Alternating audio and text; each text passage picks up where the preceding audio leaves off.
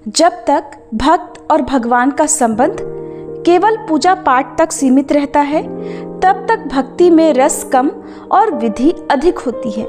लेकिन जब हम भगवान की उन अद्भुत लीलाओं को सुनते हैं जो उन्होंने अपने भक्तों के साथ की, तो हमारे हृदय में भक्ति की सच्ची लौ जल उठती है।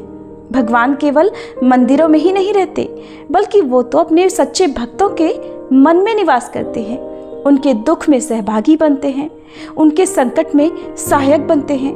फिर चाहे वो भक्त प्रहलाद हो, ध्रुव हो, सुदामा हो या फिर कोई सामान्य गृहस्थ भक्त, भगवान हर रूप में अपनी करुणा और कृपा का प्रमाण देते हैं। इसलिए अपरा एकादशी की पावन कथा से पहले अगर हम भगवान की भक्त वत्सल लीलाओं का श्रवण करें, तो हमारी श्रद्धा और निष्ठा और भी दृढ़ हो जाती है। ये केवल कथा सुनना नहीं होता, बल्कि हमारे भीतर उस विश्वास को जागृत करना होता है कि अगर हमारी भक्ति सच्ची होगी तो भगवान की कृपा भी अवश्य ही मिल जाएगी। आइए श्रोताओ, आज अपरा एकादशी की कथा से पहले उन दिव्य प्रसंगों को सुने जहां भगवान ने अपने भक्तों के लिए संसार के नियमों को भी मोड़ दिया था। सबसे पहले तो आप सभी श्रोताओं को अपरा एकादशी की बहुत बहुत शुभकामनाएं। संत श्री चोखा मेला भगवान श्री विठ्ठल के अनन्य भक्त थे। पंढरपुर के पास मंगलवेढ़ा नाम के गांव में श्री चोखा मेला रहा करते थे। मरे हुए जानवरों को उठाना और साफ सफाई की सेवा आदि इनका कार्य था। जाति से ये चतुर्थ वर्ण के थे, इसलिए उस काल में इनको दूर से ही भगवान का दर्शन करना पड़ता। इस कारण से उन्हें कभी कभी बहुत दुख होता। यद्यपि एकनाथ, ज्ञानदेव आदि अनेक संतों ने कभी किसी के साथ कोई भेदभाव नहीं रखा और न कभी संतों की जात पूछी, परंतु उस समय के ज्ञानी और ऊंच नीच मानने वाले लोग उनको ताने मारते और हीन जाति का समझते थे। काम धंधा करते समय हृदय की धड़कन समान सतत चोखा मेला के श्रीमुख से भगवान का नाम स्मरण होता रहता। अनेक तीर्थों में घूमने के बाद जब ये पंढरपुर आए, तब इनका मन यहीं पर लगा रह गया। संतों का साथ, नाम स्मरण, कीर्तन, विठ्ठल दर्शन से इनका मन पंढरपुर धाम को छोड़कर कहीं और जाने का होता ही नहीं था। बीच बीच में संत चोखा मेला पंढरपुर आते जाते रहते थे। इनके गुरु श्री संत नामदेव जी थे। अब क्या हुआ कि एक दिन रात्रि में मंदिर के महाद्वार के सामने एक शिला पर बैठे चोखा मेला भगवान को याद करके एक पद गाने लगे। हीन जाति का होने के कारण उनको दूर से ही भगवान के दर्शन करने पड़ते, परंतु भगवान की भक्ति में किसी तरह का कोई जाति भेद नहीं होता, ये प्रभु को प्रकट करना था। भक्ति करने का अधिकार तो सभी को है और इसी बात को प्रकट करने के लिए संत श्री चोखा मेला आदि अनेक संतों का प्राकट्य अन्य अन्य जातियों में हुआ है। भक्त हमारे निकट नहीं आ सकता, लेकिन ये भक्त रोज हमारे द्वार पर खड़ा रहता है। ये जानकर भगवान स्वयं मंदिर के बाहर आ गए। संत बाबा आनंद में गाने लगे और भगवान उनके साथ नृत्य करने लगे। भक्त का संग पाकर प्रभु अति आनंद में मगन हो गए और अपने कंठ का रत्नहार प्रभु ने संत जी के गले में डाल दिया। अब रात अधिक हो गई तो भगवान तो मंदिर में जाकर सो गए और बाबा भी मंदिर के बाहर सीढ़ियों पर ही सो गए। प्रातःकाल बाबा उठे और मंदिर का परिसर साफ करने की सेवा में लग गए। तुलसी माला पुष्पहार उतारते समय जब मंदिर में पुजारियों ने देखा कि भगवान के गले का रत्नहार तो गायब है, उन्होंने यहाँ वहां खोजा तो दृष्टि चोखा मेला पर पड़ी। पता चला कि हार तो चोखा मेला के गले में है। अब पुजारियों ने बाबा चोखा मेला जी पर ही चोरी का आरोप लगा दिया। देखते ही देखते लोगों की भारी भीड़ जमा हो गई और कुछ लोग तो संत जी को मारने पीटने भी लगे। बाबा ने बताया कि वो निर्दोष हैं और भगवान ने ये स्वयं हमको हार पहनाया है, पर उन्होंने संत बाबा की कोई बात नहीं मानी। अंत में उन्होंने श्री भगवान का स्मरण किया। अपनी वाणी में उन्होंने भगवान को पुकारते हुए कहा, हे प्रभु, आप दौड़कर हमारी मदद को आइए। अरे धीरे धीरे मत चलिए प्रभु, ये लोग मुझे मार रहे हैं। मैंने ऐसा कौन सा अपराध कर दिया प्रभु? मैं तो आपके निकट तक नहीं आता। ऐसे प्रसंग में मुझे अपने आप से आप दूर मत करो।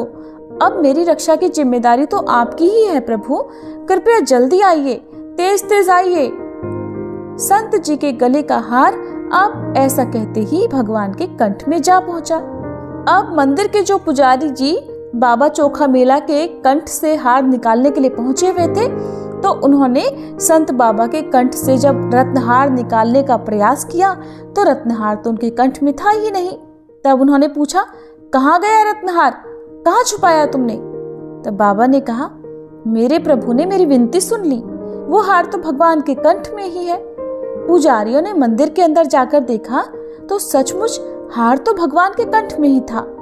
उन्होंने मारने वालों को रोका और उन्हें पता चल गया कि इस चोखा मेला में कुछ तो विशेष शक्ति है, इसलिए वो कुछ दिन तो चुप रहे। फिर एक दिन किसी निंदक ने संत चोखा मेला की हंसी उड़ाने के लिए उनके सामने कहा, अगर तुम पर भगवान का प्रेम है तो भगवान ने तुम्हें कभी मंदिर के अंदर क्यों नहीं बुलाया? ऐसा है तो दिन रात भगवान के भजन करने से भला तुम्हें क्या लाभ? संत जी ने बड़ी नम्र वाणी में कहा, संत कभी किसी पर क्रोध नहीं करते। उन्होंने कहा, श्री भगवान के दर्शन करने की हमारी योग्यता कहाँ? हम तो बस भगवान को दूर से ही प्रणाम कर लेते हैं और हमारा प्रणाम हमारे प्रभु को प्राप्त हो जाता है। भगवान हमसे बहुत प्रेम करते हैं। भगवान सब बात जान गए और उसी रात भगवान श्री कृष्ण संत जी की कुटिया में गए और उनका हाथ पकड़कर उनको मंदिर के अंदर ले गए। बहुत समय तक संत चोखा मेला और भगवान बातें करते रहे। प्रातःकाल पुजारी लोग जल्दी जल्दी उठकर मंदिर की प्रातःकाल सेवा की तैयारी में लगे। तब उन्हें मंदिर के भीतर से कुछ आवाजें आने लगी। उन्होंने चोखा मेला की आवाज पहचान ली। पुजारियों ने कहा, चोखा मेला, दरवाजे पर तो ताला लगा हुआ था, बताओ तुम भीतर कैसे आए? तो चोखा मेला जी अंदर से ही बोले, श्री भगवान ही मुझे हाथ पकड़कर यहाँ लाए हैं। अब ये घटना घटी तो सब लोगों ने ये समझ लिया कि भगवान तो इस अछूत के स्पर्श से अपवित्र हो गए हैं। अब वे चोखा मेला से ईर्ष्या करने लगे और उन्होंने चारों ओर ये बात फैला दी कि चोखा मेला के कारण भगवान अपवित्र हो गए। संत नामदेव उस दिन चोखा मेला से भेंट करने के लिए उनके घर पर गए। श्री नामदेव जी से चोखा मेला को हरिनाम का प्रसाद प्राप्त हुआ था। संत श्री नामदेव यद्यपि चोखा मेला के गुरु थे, परंतु नामदेव जी को संत चोखा मेला की भक्ति का प्रताप बड़ी अच्छी तरह से पता था। वे जानते थे कि संत चोखा मेला बहुत ही उच्च कोटि के महात्मा हैं। इसलिए नामदेव जी ने चोखा मेला के चरणों में प्रणाम किया और चोखा मेला ने भी नामदेव जी के चरणों में प्रणाम किया। फिर नामदेव जी को चोखा मेला की पत्नी और पुत्र से मंदिर में घटित प्रसंग का पता चला। तब थरथराते स्वर में चोखा मेला बोले, ओ विट्ठल पांडुरंग, हमारा भगवान, हमारा सर्वस्व हमारे मन से जाता ही नहीं और उससे मिले बिना मुझे कुछ अच्छा नहीं लगता। और मेरे प्रभु को तो मेरे स्पर्श से कोई आपत्ति ही नहीं है। और उन लोगों का कहना है कि चोखा मेला ने भगवान को पवित्र कर दिया। नामदेव जी, हम आपके जैसे ज्ञानी तो नहीं हैं, परंतु संत चरणों का और भगवान का ही हमको आधार है। चोखा मेला जी की बात सुनकर नामदेव जी कहने लगे, बाबा, केवल मंत्र, स्तुति, स्तोत्र या फिर पुराणों का पारायण करके मन में भक्ति नहीं है तो क्या उपयोग? प्रभु तो केवल भाव के भूखे हैं, केवल भक्ति भाव मांगते हैं और वो भक्ति भाव आपके हृदय में तो कूट कूट कर भरा है। हमारा सखा पांडुरंग होते हुए हमें लोग निंदा से भला क्या? इन पर आप क्रोध करें, इनको गालियां दें तो भी इतनी पात्रता इनकी नहीं।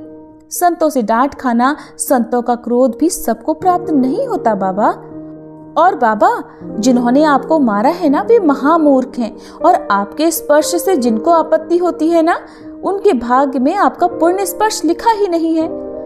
आज आपकी सोयराबाई, परिसा, नरहरि, बंका, सावता काका आदि सब संतों, पांडुरंग और गुरुदेव भगवान की कृपा से कितना सत्संग है, कौन पूछता है निंदकों को? ऐसा वचन कहकर नामदेव जी वहां से चले गए। अब तो बाबा के हृदय में बड़ा आनंद हुआ और वे नाम की मस्ती में मस्त हो गए। संत चोखा मेला जी की पत्नी सोयराबाई भी महान भक्ता थी। उनकी कोई संतान न होने के कारण वे बहुत दुखी रहती थी और प्रभु से प्रार्थना किया करती कि हमारे घर संतान नहीं है, इसलिए मन बड़ा व्याकुल होता है। फिर एक दिन भगवान ने वृद्ध ब्राह्मण का रूप धारण किया और आ गए चोखा मेला के घर के सामने। उनके हाथ में डंडा, कंठ में तुलसी माला और मस्तक पर चंदन और बुक्का यानी काली वैष्णव बिंदी या फिर श्याम बिंदी था। भगवान उनके घर के बाहर आकर पूछने लगे, ये घर किसका है? इस घर में कितने बालक हैं और घर के सदस्य क्या काम करते हैं? इस तरह के बहुत सारे प्रश्न उन्होंने पूछे। सोयराबाई ने वृद्ध वेशधारी भगवान को प्रणाम किया और कहा, ये घर तो पांडुरंग का है। सोयराबाई ने आगे कहा, हमारे घर के लोगों को गोविंद का छंद है, वे सब रात दिन उनका स्मरण करने का काम करते हैं और हमारे घर संतान का सुख नहीं है बाबा, हमारे घर में तो कोई बालक ही नहीं है। तब वृद्ध ब्राह्मण ने कहा, इस मार्ग से मैं निकला था, मुझे बहुत भूख लगी है, कुछ भोजन प्रसाद मिल जाए तो अच्छा होगा। उस पर सोयराबाई बोली, बाबा हम तो नीच जाति के हैं, आपको हमारे घर का अन्न कैसे चलेगा? बाबा बोले, अरे भक्तों की कैसी जाति, जो हरि भजे सो हरि का, और हमको तो बस बहुत भूख लगी है। ऐसा कहकर उन्होंने हाथ पसार दिए। अब सोयराबाई ने सोचा, अतिथि भगवान बिना खाए गए तो अच्छा नहीं होगा और अगर अन्न दिया तो लोग हमको मारेंगे। तो उन्होंने कहा, बाबा आपको हमने इस घर का अन्न दिया तो लोग हमें मारेंगे, हमारी निंदा करेंगे बाबा। तब वृद्ध ब्राह्मण बोले, बेटी जाति का विचार तुम मत करो, कल का बासी अन्न होगा ना तो हम तो वो भी खा लेंगे, पर इस घर का अन्न थोड़ा तो हमको खाने दो। अब सोयराबाई अंदर गई और उन्होंने दही चावल लाकर वृद्ध बाबा को दे दिए। दही चावल पाकर बाबा संतुष्ट होकर बोले, बोलो बेटी क्या चाहिए तुम्हें? तब उन्होंने कहा, आपकी कृपा हम पर बनी रहे। वृद्ध महात्मा ने उनको बचा हुआ सीध प्रसाद दे दिया और आशीर्वाद दिया कि तुमको निश्चित ही पुत्र होगा। सोयराबाई को प्रभु कृपा से कर्म मेला नाम का पुत्र हुआ और आगे चलकर कर्म मेला जी भी महान भक्त और कवि हुए।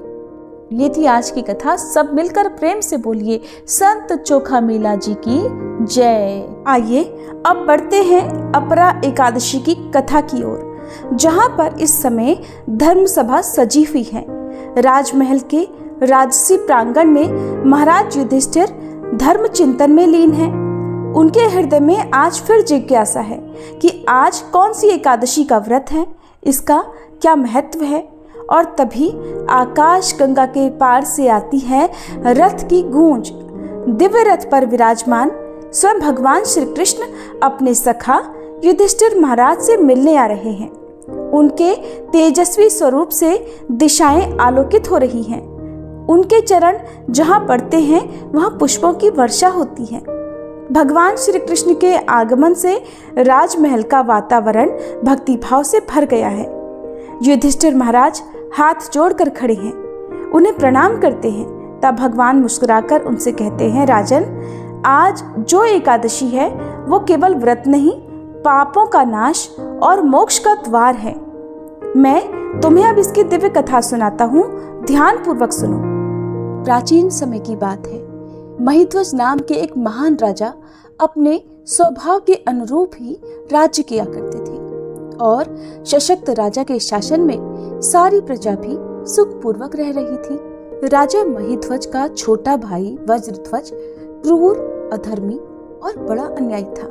वह अपने बड़े भाई से द्वेष और ईर्ष्या रखता था। उससे अपने बड़े भाई की प्रसिद्धि सही नहीं जा रही थी और इसी ईर्ष्या के चलते एक दिन उसने एक कुकर्म कर डाला।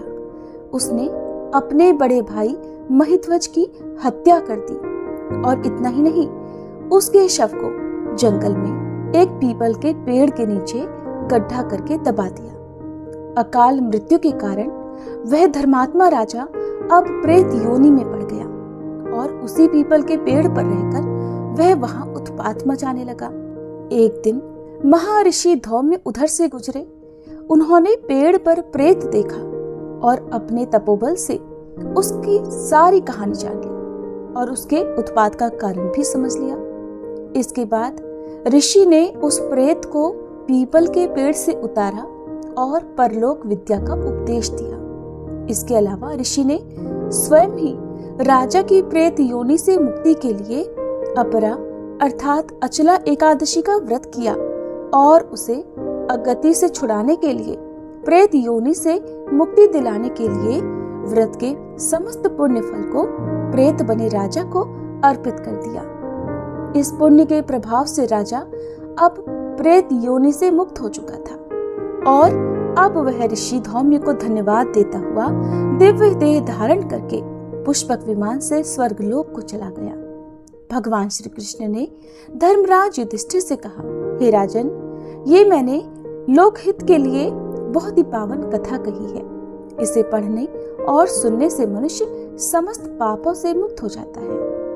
भगवान श्री कृष्ण कहते हैं, जो फल कार्तिक पूर्णिमा पर त्रिपुष्कर में स्नान करने या गंगा तट पर पितरों का पिंडदान करने से मिलता है, वही फल अपरा एकादशी का व्रत करने से मिल जाता है। मकर के सूर्य में प्रयागराज के स्नान से, शिवरात्रि का व्रत करने से, सिंह राशि के बृहस्पति में गोमती नदी के स्नान से, कुंभ में केदारनाथ के दर्शन या बद्रीनाथ के दर्शन, सूर्य ग्रहण में कुरुक्षेत्र के स्नान से, स्वर्ण दान करने से या फिर अर्ध प्रसूता गोदान से जो फल मिलता है, वही फल अपरा एकादशी व्रत के पुण्य प्रभाव से मिल जाता है। भगवान श्री कृष्ण के अनुसार अपरा एकादशी का व्रत पाप रूपी वृक्ष को काटने के लिए कुल्हाड़ी के समान है और इस एकादशी का व्रत और भगवान का पूजन करने से मनुष्य सब पापों से छूटकर अंत में वैकुंठ धाम को चला जाता है। भगवान श्री कृष्ण ने इस कथा को समाप्त करते हुए अपरा एकादशी के महात्म्य का वर्णन प्रारंभ किया। भगवान ने कहा, ज्येष्ठ मास के कृष्ण पक्ष में आने वाली इस अपरा एकादशी के पालन करने वाला व्यक्ति ऐसे जघन्य पापों से मुक्ति प्राप्त करता है जो अत्यंत गंभीर होते हैं, जैसे कि भ्रूण हत्या, ब्रह्म हत्या, अनैतिक संग, झूठ बोलना, झूठी गवाही देना, संपत्ति की इच्छा से वेदों का अध्ययन और अध्यापन करना, अपनी मर्जी से मनगढ़ंत ग्रंथ लिखना यानी झूठा शास्त्र बनाना, ज्योतिष द्वारा किसी को भरमाना, झूठा वैद्य बनकर लोगों को ठगना आदि भयंकर पाप भी अपरा एकादशी के व्रत से नष्ट हो जाते हैं। युद्ध क्षेत्र से भागे हुए क्षत्रिय को नरक की प्राप्ति होती है, किंतु अपरा एकादशी का व्रत करने से उसे भी स्वर्ग की प्राप्ति हो जाती है। गुरु से विद्या अर्जित करने के बाद जो शिष्य अपने ही गुरु की निंदा करते हैं तो वे अवश्य ही नरक में जाते हैं। अपरा एकादशी का व्रत करने से इनके लिए स्वर्ग जाना संभव हो जाता है। तीनों पुष्करों में स्नान करने से अथवा कार्तिक महीने में स्नान करने से या फिर गंगा जी के तट पर पितरों को पिंडदान करने से जो फल प्राप्त होता है, वही फल अपरा एकादशी का व्रत करने से प्राप्त हो जाता है। बृहस्पतिवार के दिन पवित्र गोमती नदी में स्नान करने से, कुंभ में श्री केदारनाथ जी के दर्शन करने से तथा बद्रिकाश्रम में निवास करने से और सूर्य तथा चंद्र ग्रहण के समय कुरुक्षेत्र में स्नान करने से जो फल सिंह राशि वालों को प्राप्त होता है, वह फल अपरा एकादशी के व्रत के समान होता है। जो फल हाथी घोड़े के दान से तथा यज्ञ में स्वर्ण दान से मिलता है, वही फल एकमात्र अपरा एकादशी का व्रत रखने से मिल जाता है। गौ तथा भूमि या स्वर्ण के दान का फल भी इसके समान होता है। पाप रूपी वृक्षों को काटने के लिए अपरा एकादशी का व्रत कुल्हाड़ी के समान है तथा पाप रूपी अंधकार को दूर करने के लिए सूर्य के समान है। इसलिए मनुष्य को इस पवित्र एकादशी का उपवास अवश्य ही रखना चाहिए। यह व्रत सभी व्रतों में उत्तम है। अपरा एकादशी के दिन श्रद्धा और विश्वास के साथ भगवान श्री हरि का पूजन करना चाहिए, जिससे अंत में श्री विष्णु लोक की प्राप्ति होती है। भगवान श्री कृष्ण कहते हैं, हे युधिष्ठिर, मैंने यह अपरा एकादशी की कथा लोक हित के लिए कही है। इसके पठन और श्रवण से सभी पाप नष्ट हो जाते हैं। कथा का सार ये है कि अपरा अर्थात अपार अथवा अतिरिक्त जो प्राणी एकादशी का व्रत करते हैं उन्हें भगवान श्री विष्णु की अतिरिक्त भक्ति भी प्राप्त हो जाती है। इस कल्याणकारी व्रत के प्रभाव से भक्ति और श्रद्धा में भी निरंतर वृद्धि होती है और श्री हरि की कृपा से ऐसे व्यक्ति को अंत में मोक्ष की भी प्राप्ति हो जाती है। जैसे ही भगवान श्री कृष्ण ने अपरा एकादशी की पुण्यवती कथा का अंतिम श्लोक सुनाया, महाराज युधिष्ठिर की आंखों से भक्ति के आंसू बहने लगे। उनका हृदय पवित्रता से भर गया। राजसभा का प्रत्येक श्रोता मौन होकर श्री कृष्ण के मुख से निकले हर शब्द का रसपान कर रहा था। भगवान श्री कृष्ण ने मुस्कुराते हुए कहा, राजन, जिसने भी श्रद्धा से इस एकादशी की कथा का श्रवण किया, व्रत किया, पुण्य अर्जित किया, वह समस्त पापों से मुक्त होकर परम पद को प्राप्त कर लेता है। ये एकादशी केवल देह की तपस्या नहीं, आत्मा की यात्रा है। ऐसा कहकर भगवान श्री कृष्ण अपने दिव्य रथ पर विराजमान हुए और धीरे धीरे आकाश में अंतर्ध्यान हो गए। उनका स्वर वायु में गूंज रहा था, धर्म ही मोक्ष का मार्ग है और एकादशी उस पथ का प्रकाश। आइए श्रोताओ, अब हम सब भी भगवान श्री हरि से यही प्रार्थना करें, हे भगवान, हमारे द्वारा किया गया यह व्रत, यह कथा श्रवण आपकी सेवा में समर्पित है। हमारे पाप क्षमा करें, हमारे जीवन में भक्ति का संचार करें और हमें मोक्ष का मार्ग दिखलाएं। महर्षि वेद व्यास जी द्वारा रचित 18 पुराणों में से एक अग्नि पुराण में अग्निदेव द्वारा महर्षि वशिष्ठ को दिए गए विभिन्न उपदेश हैं और इसी के अंतर्गत इस समस्त पाप नाशक स्तोत्र के बारे में महात्मा पुष्कर कहते हैं कि मनुष्य चित्त की मलिनतावश चोरी, हत्या, पर स्त्री गमन आदि तरह तरह के पाप करता है, पर जब चित्त कुछ शुद्ध होता है तब उसे इन पापों से मुक्ति की इच्छा होती है। उस समय भगवान नारायण की दिव्य स्तुति करने से समस्त पापों का प्रायश्चित पूर्ण हो जाता है। इसलिए इस दिव्य स्तोत्र का नाम समस्त पाप नाशक स्तोत्र है। महात्मा पुष्कर कहते हैं, सर्वव्यापी श्री विष्णु को सदा नमस्कार है, श्री हरि विष्णु को नमस्कार है।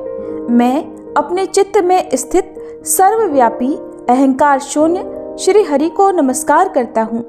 मैं अपने मानस में विराजमान अव्यक्त, अनंत और अपराजित परमेश्वर को नमस्कार करता हूँ। सबके पूजनीय, जन्म और मरण से रहित, प्रभावशाली श्री विष्णु को नमस्कार है। श्री विष्णु मेरे चित्त में निवास करते हैं। श्री विष्णु मेरी बुद्धि में विराजमान है। श्री विष्णु मेरे अहंकार में प्रतिष्ठित हैं और श्री विष्णु मुझ में भी स्थित हैं। वे श्री विष्णु ही चराचर प्राणियों के कर्मों के रूप में स्थित हैं। उनके चिंतन से मेरे पाप का विनाश हो।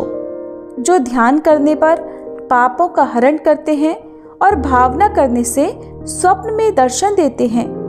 इंद्र के अनुज शरणागतों का दुख दूर करने वाले उन पापापहारी श्री विष्णु को मैं नमस्कार करता हूँ।